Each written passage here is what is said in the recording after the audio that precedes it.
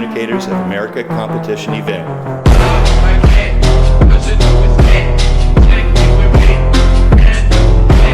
The following presentation, you will learn everything you need to know in order to judge a Christian Communicators of America debate round. We will be going over what debate looks like, how to make your decision, and filling out the ballot. Without you, these tournaments would not be possible. The reason our students are doing this is ultimately for the purpose of glorifying God. We want our students to become better communicators for Christ, and have found that the activities of speech and debate are an excellent way to hone these skills. Let's get started.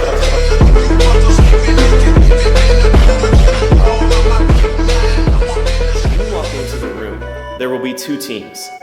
On one side, the affirmative team, which is arguing in favor of change or affirming the resolution. On the other is the negative team, which is arguing against change, thus negating the resolution. Generally, a negative team will argue that we should keep the status quo as is and not adopt the change that the affirmative team has proposed. Each team consists of two speakers. Each speaker will have the opportunity to speak 2 times during the round, a constructive speech and a rebuttal speech, as well as ask and answer cross-examination questions. If you take a look at the flow sheet you have been given, it will provide you with a roadmap for how the round will progress. Note-taking in the debate is referred to as flowing. Flowing is the process of taking notes in a systematic fashion in order to track the arguments through the round. It is necessary for the judge to flow a debate round in order to fairly assess all of the arguments and to ensure that there were no dropped arguments. You will be provided a flow sheet that will assist you in this process. By taking notes in the vertical column allotted to each speech, you will see the flow of arguments across the page. The first 4 speeches, called the constructive speeches, are 8 minutes in length. During these speeches, teams are still building their case and still constructing their arguments. At the end of these speeches, there will be 3 minutes of cross-examination, where a member of the other team will stand at the podium and ask 3 minutes worth of questions. After the 4 constructive speeches, there are 4 rebuttal speeches.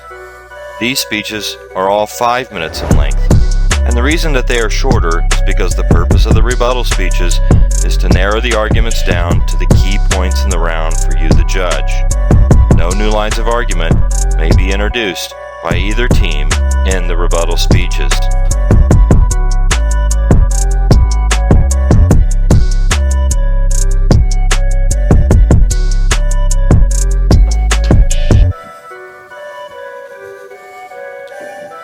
Affirmative team starting prep time with 1 minute remaining.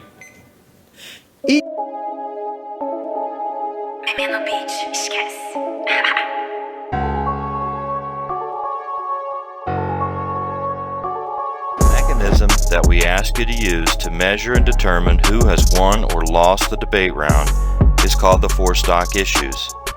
The first of these 4 stock issues is topicality. Topicality is an unusual stock issue in that it is the only one that you would render a decision for in the middle of the round. Topicality is the question, has the affirmative team stayed within the bounds of the resolution? The negative has a reasonable expectation that the affirmative team will stay within the bounds of the resolution. In the event that you as the judge determine that the affirmative case is not topical, then you will stop the round and render a decision in favor of the negative team at the end of the cross-examination following the second negative constructive speech. This is also marked on your flow sheet. If you judge that the affirmative case is in fact topical, then the debate round will continue to a normal conclusion. If the affirmative case is not topical, the debate round will end and the negative team will be declared the winner. This is the only circumstance under which you would announce your decision to the debaters in the debate round. In all other circumstances, and for all other reasons, who has won the debate round and why is reserved for the ballot, which will be given to the team members at the end of the tournament. The second stock issue is that of significance. The The question of significance is, did the affirmative team make a large enough or important enough change to justify the risk of change? The third stock issue is that of solvency. The question of solvency is, has the affirmative team presented a case that will in fact fix the problems that they have pointed out in the status quo and thereby bring forth the advantages? The last stock issue is that of inherency. The question of inherency is, can the current system and will the current system fix the problem without the affirmative plan? These are the 4 stock issues: topicality, significance, solvency, and inherency. These 4 stock issues must be won by the affirmative team in order to win the debate round. If the negative team wins any one of these 4 stock issues, the negative team wins the debate round. Again, to review, all 4 stock issues must be won by the affirmative team in order to receive an affirmative ballot.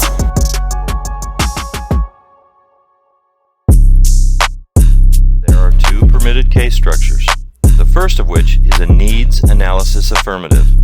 This is the most common case structure, and it begins with the affirmative team presenting harms or problems that exist within the status quo. They would then present a plan, including mandates, as to how to fix these problems, and advantages or benefits that will come from adopting the affirmative plan. This is a needs analysis affirmative case structure. The second case structure is a comparative advantage analysis affirmative structure.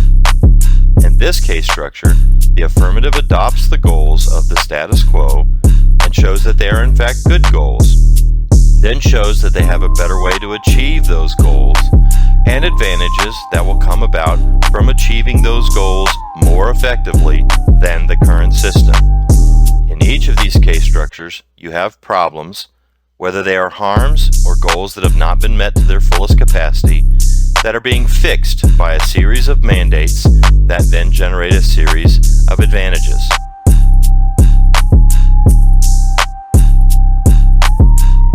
After you have listened to the 4 debaters speak to you, you have the wonderful opportunity to give them immediate feedback in the oral critique. At the end of each round, you as the judge will orally critique the students for up to 10 minutes. The students will set a timer to time you as you give them the oral critique. The purpose of the oral critique is to give immediate feedback to the students so that they can put it into action at the beginning of their next round. During this oral critique, it is very important that you do not reveal your decision to the students. You will reveal your decision on the ballot.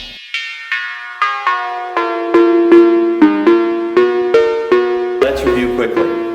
Debate is an exercise in argumentation, not the pursuit of perfect policy. Judge according to the student's arguments, not your preferences or personal knowledge. Guard against becoming the 5th competitor in the room and advocating for your preferred position on the topic. The debate round is a presentation from the debaters to you as the judge, not a conversation that you participate in.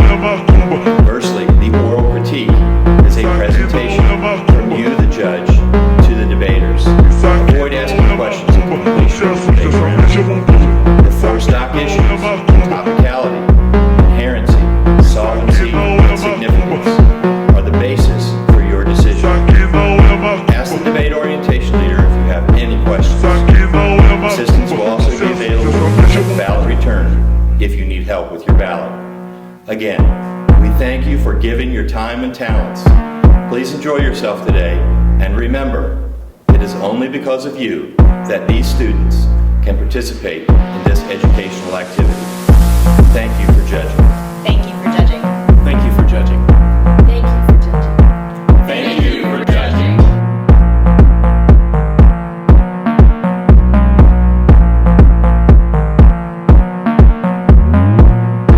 Isso aqui não é macumba.